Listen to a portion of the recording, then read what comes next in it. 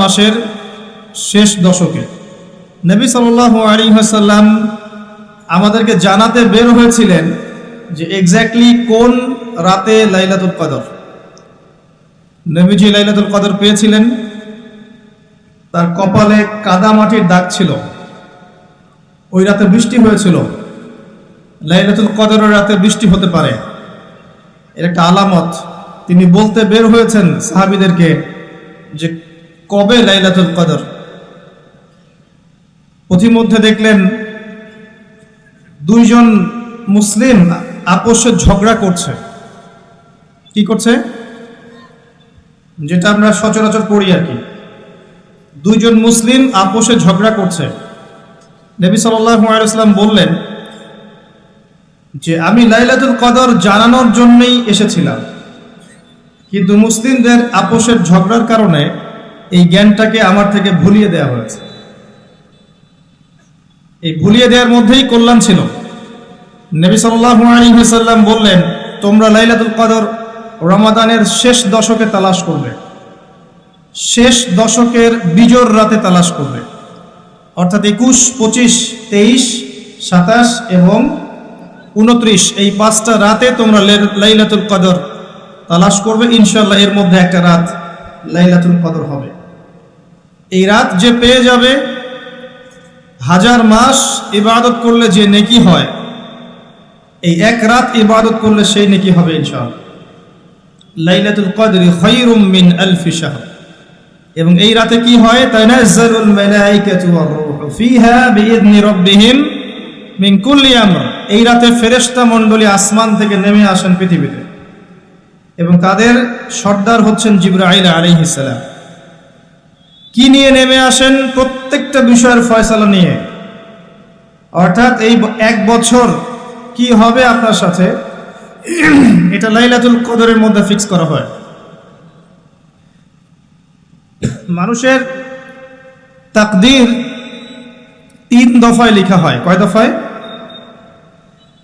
প্রথম দফা হচ্ছে আসমান এবং জমিন সৃষ্টি করার 50,000 বছর আগেই আমাদের তাকদীর লেখা হয়ে গেছে। আসমান জমিন সৃষ্টি করার 50,000 বছর আগেই আপনার আমার তাকদীর লেখা হয়ে গেছে। এরপর মায়ের গর্ভে যখন সন্তানের রূহটা আসে, 4 মাস 10 দিন বয়স বাচ্চা, তখন আল্লাহর পক্ষ থেকে একজন ফেরেশতা আসেন, রূহ নিয়ে আসেন। রূহটা কি? রূহ মানে কি? সায়েন্সকে জিজ্ঞাসা করেন রূহ মানে কি, বলতে পারবে? ওয়ায়াসআলুনাকা আনির রূহ, তারা তোমাকে রূহ সম্পর্কে জিজ্ঞাসা করে। কুলির রূহু মিন আমরি রাব্বি, রূহ হচ্ছে তোমার রবের আদেশ মাত্র, আদেশ। ব্যাখ্যা করতে পারবে না, কঠিন না তরল না বায়বীয়। আল্লাহর হুকুমে এসেছে, আল্লাহর হুকুমেই চলে যাবে, কোনো কারণের দরকার নাই। আল্লাহ যদি বলেন কুন ফায়াকুন, এর নাম রূহ। তারা তোমাকে রূহ সম্পর্কে জিজ্ঞাসা করে। কুলির রূহু মিন আমরি রাব্বি, বলো যে রূহ তোমার রবের আদেশ মাত্র। ওয়া মা উতীতুম মিনাল ইলমি ইল্লা কালিলা, রূহ সম্পর্কে তোমাদেরকে বেশি জ্ঞান দেয়া হয়নি।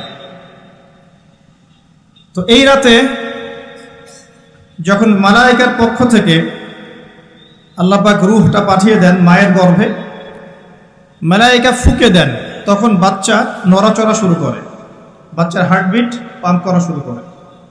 তখন ফেরেশতা লিখে দেন তার হায়াত, তার রিজিক, সে সৌভাগ্যবান না দুর্ভাগ্যবান, এবং তার পরিণতি কি হবে লিখে দেয়া হয়। দ্বিতীয় দফায় তাকদীর লেখা হয়। প্রথম দফায় কোথায়? আসমান জমিন সৃষ্টির 50,000 বছর আগে লাউহে মাহফুজে লেখা হয়ে গেছে। দ্বিতীয় দফা এখানে। এরপর লাইলাতুল কদরে আগামী 1 বছর কোথায় কি হবে না হবে প্রত্যেকটা বিষয় ফয়সালা করা হয় লাইলাতুল কদরে, যেটা রমাদান মাসের শেষ দশকে, শেষ দশকের বিজোড় রাতে। অতএব শেষ দশকে আমরা বাজার ঘাটে বেশি ব্যস্ত হব না। রমাজান আসন্ন, আমি কয়েকটা লেকচারে এটা নিয়ে কথাও বলেছি, তবে আপনাদেরকে স্মরণ করানোর জন্য আমি কয়েকটা কাজের কথা বলছি। রমাজান মাসের প্রথম কাজ হচ্ছে বিশুদ্ধভাবে সওম রাখা। শুধু খাবার ছেড়ে দেয়া, পানাহার ছেড়ে দেয়া, স্ত্রী সহবাস ছেড়ে দেওয়ার নাম রোজা নয়। এই কথাটাকে হজম করতে শেখেন। খাবার, পানীয়, স্ত্রী সহবাস ছেড়ে দেওয়ার নামই শুধু রোজা নয়। যতক্ষণ পর্যন্ত একজন রোজাদার আল্লাহ পাকের সমস্ত নিষেধ ত্যাগ না করছে, রোজা হচ্ছে না। একজন ব্যক্তি যদি পানাহার ছেড়ে দিয়ে সুদ খায়, সওম রেখে জেনা করে, সওম রেখে মিথ্যা কথা বলে, রোজা রেখে মানুষকে ঠকায়, রোজা রেখে মাপে কম দেয়, রোজা রেখে দুর্নীতি করে, রোজা রেখে ঘুষ খায়, ইত্যাদি ইত্যাদি, ওই ব্যক্তির রোজার আল্লাহর কাছে কোনো দাম নাই।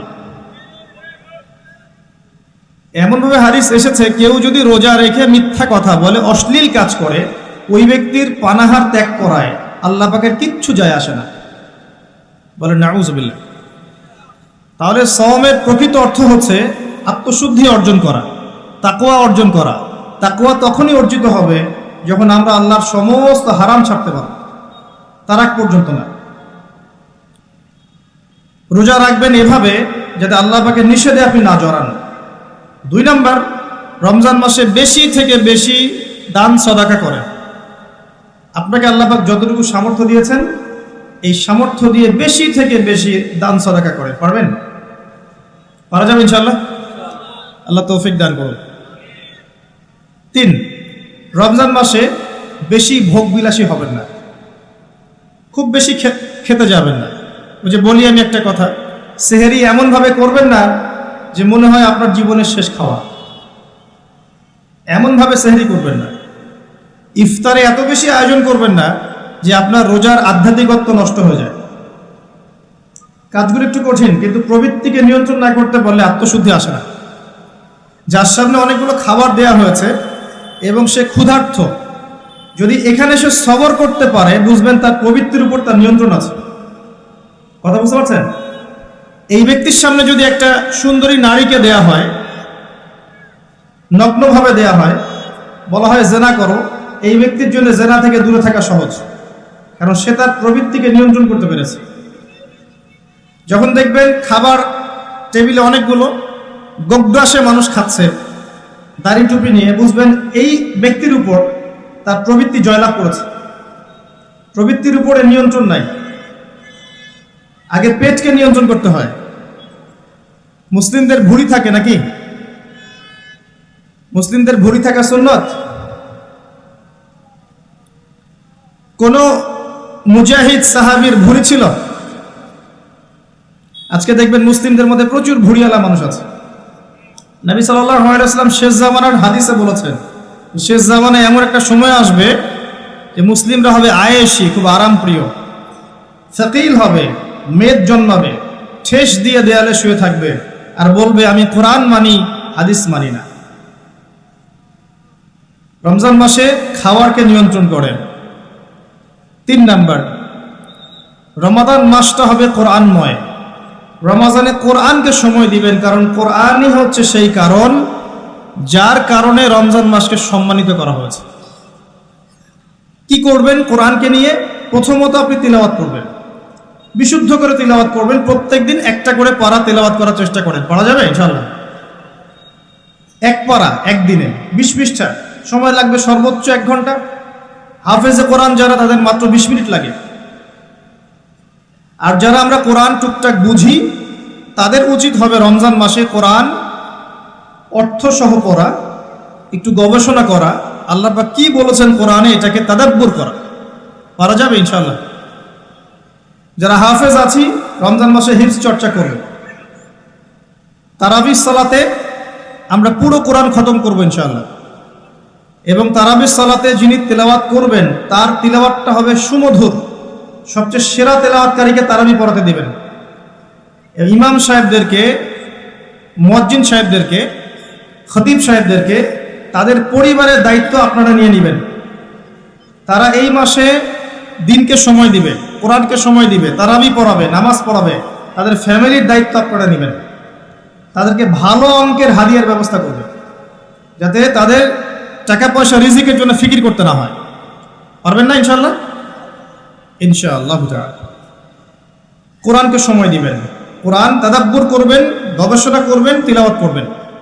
এটাই সেই মাস যেই মাসে কোরআন নাজিল হয়েছে। আর কোরআন নাজিল হয়েছে বলেই বিশ্বে ইসলাম প্রতিষ্ঠা পেয়েছে। কোরআন না থাকলে ইসলাম থাকতো? হাদিস না থাকলে ইসলাম থাকতো? কোরআন হাদিস আল্লাহর ওহী, আল্লাহর প্রত্যাদেশ এই মাসে নাজিল করা হয়েছে। তাহলে এই মাসের মূল বিষয়টা কি? এই মাসের মূল বিষয়টাই হচ্ছে কোরআন। কোরআনময় রমজান হবে কোরআনময়। কোরআন তেলাওয়াত শুনবেন।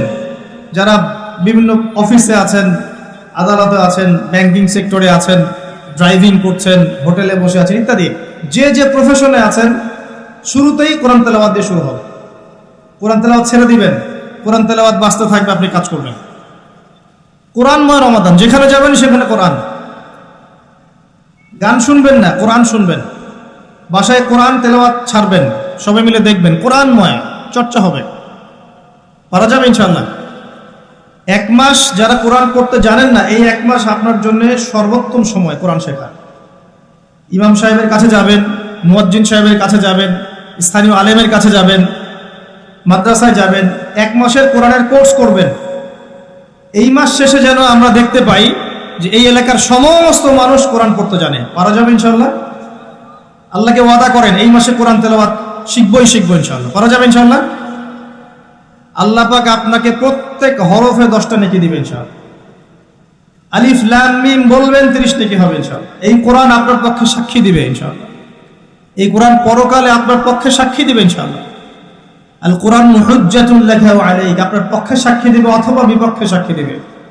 কোরআনের মাধ্যমে আল্লাহ আপনার সম্মান বাড়াবে ইনশাআল্লাহ। আপনার হায়াতে বরকত হবে, রিজিকে বরকত হবে, আপনি কম অসুস্থ হবেন ইনশাআল্লাহ। অসুস্থ হলেও কোরআন তেলাওয়াতের মধ্য দিয়ে আপনি শেফা পাবেন ইনশাআল্লাহ। আল্লাহ পাক বলেছেন না, ওয়া নুনাজ্জিলু মিনাল কুরআন মা হুয়া শিফাউন ওয়া রাহমাতুল লিল মুমিনিন। আমি কোরআন নাজিল করেছি, এই কোরআনে মুমিনদের জন্য শেফা আছে, আরোগ্য আছে এবং দয়া আছে, রহমত। অন্য আয়াতে আল্লাহ বলেছেন হুদাল লিন্নাস, এটা পুরো মানব জাতির জন্য হেদায়েত। ওয়া বুশরা লিল মুসলিমিন, মুসলিমদের জন্য সুসংবাদ। তিবিয়ানান লিকুল্লি শাই, প্রত্যেকটা বিষয়ের ব্যাখ্যা। লা রাইবা ফিহ, কোনো সন্দেহ নাই। এগুলো আল্লাহ পাক বলেছেন না। আল্লাহর কিতাবকে মূল্যায়ন করতে না পারলে শুধু স্লোগান দিয়ে আল কোরআনের আলো ঘরে ঘরে জ্বলবে না। শুধু গলা ফাটায় স্লোগান দিলে হবে না যে আল কোরআনের আলো ঘরে ঘরে জ্বালো। হবে? প্রত্যেকটা ঘরে একটা করে কোরআনওয়ালা মানুষ তো লাগবে, লাগবে না? আমাদের প্রত্যেকের ঘরে কি একটা করে কোরআনওয়ালা মানুষ আছে? প্রত্যেক সদস্য কোরআন তেলাওয়াত করতে পারে? তাহলে কেমন করে কোরআনের আলো ঘরে ঘরে জ্বলবে আমাকে বুঝান। এই চেয়ারে এসে বসেন, বসে বুঝান, আমি ওখানে বসে শুনি। আমাকে বুঝান কিভাবে কোরআনের আলো ঘরে ঘরে জ্বলবে। কোরআন তেলাওয়াত করতে উৎসাহিত করতে হবে, তেলাওয়াত শেখাতে হবে, এর কোর্স চালু করতে হবে, ঘরে ঘরে কোরআন ঢুকাতে হবে, অমুসলিমদের ঘরেও কোরআন ঢুকাতে হবে। অমুসলিমদের ঘরে কোরআন না ঢুকালে অমুসলিমরা আপনার ঘরে অন্য গ্রন্থ ঢুকাই দিবে। আস্তে আস্তে দেখতেছেন না কি অবস্থা হচ্ছে?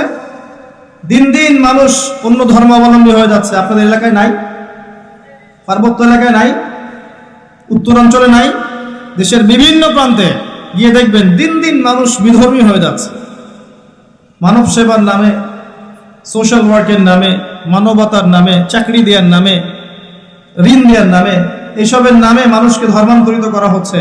আর মুসলিমরা দিন দিন হয়ে যাচ্ছে খ্রিস্টান হচ্ছে, কেউ বুদ্ধিস্ট হচ্ছে, কেউ অন্য ধর্ম হচ্ছে, কেউ শিয়া হচ্ছে, কেউ কাদিয়ানি হচ্ছে। দিন দিন হচ্ছে এগুলো হতে হতে দেখবেন এমন একটা সময় আসবে যে আমরা ওই ইখতিলাফি বিষয় নিয়ে মারামারি কাটাকাটি করতে থাকবো, ওরা দেখবেন যে পুরো জায়গা দখল করে ফেলেছে। জানি না কবে আমাদের বোধোদয় হবে, কবে আমরা বুঝবো যে আমাদের মূল জিনিসটা হচ্ছে ইসলাম, কোরআন, সুন্নাহ, জামাআহ এবং ঐক্য। ইসলাম না থাকলে আমরাও টিকবো না। যখন ইসলাম থাকবে না তখন আমরাও টিকতে পারবো না। ইসলাম আছে বলেই আমরা টিকে আছি। আর আমরা যদি আল্লাহর পক্ষ থেকে যে দায়িত্ব আমাদেরকে দেওয়া হয়েছে দ্বীনের রক্ষণাবেক্ষণ, এটার দায়িত্ব আমরা পালন না করি, আল্লাহ পাক অন্য জাতিকে এই জায়গায় নিয়ে আসবেন, আমাদেরকে সরিয়ে দিবেন। এটা কি ঠাট্টা মশকরা মনে করছেন? আল্লাহ পাক কোরআনে বলেছেন ওয়া ইন তাতাওয়াল্লাউ, সূরা মুহাম্মদ পড়ে দেখেন, ওয়া ইন তাতাওয়াল্লাউ, তোমরা যদি মুখ ফিরিয়ে নাও, ইস্তাবদিল কওমান গায়রাকুম, আল্লাহ পাক অন্য কওমকে তোমাদের জায়গায় নিয়ে আসবেন। সুম্মা লা ইয়াকুনু আমসালাকুম, তারা তোমাদের মতো অপদার্থ হবে না। আল্লাহ পাক আমাদেরকে বোঝার তৌফিক দান করুন। আসলে ভাই লম্বা চওড়া আলোচনা করে লাভ নাই, মূল কথা কিন্তু খুব অল্প। মূল কথাটুকু যদি আপনারা বুঝতে পারেন, আমি বুঝাতে পারি, বলবো যে আজকের মাহফিল সফল। আমরা দোয়া করি আজকের মাহফিল যারা অ্যারেঞ্জ করেছে, শ্রম দিয়েছে, অর্থ দিয়েছে, মেধা দিয়েছে, প্রশাসনিক সহযোগিতা দিয়েছে, সার্বিকভাবে সহযোগিতা করেছে, আল্লাহ পাক সবার নেক হায়াত হালাল রিজিকে আল্লাহ পাক বৃদ্ধি করুন, আমিন। কোরআনময় রমাদান হবে, রমজানটা হবে কোরআনময়। খালি কোরআন নিয়ে পড়ে থাকবেন, হাদিস পড়বেন, তালিম করবেন, মসজিদে নামাজের পরে হাদিসের চর্চা হবে, আসর থেকে মাগরিব পর্যন্ত ইমাম সাহেব একটা বিষয়ের উপর দার্স দিবে, একসাথে ইফতার করবেন, একটা ইসলামী সংস্কৃতি বিরাজ করবে। আমলের মৌসুম, গুনাহ মাফ করানোর একটা মৌসুম।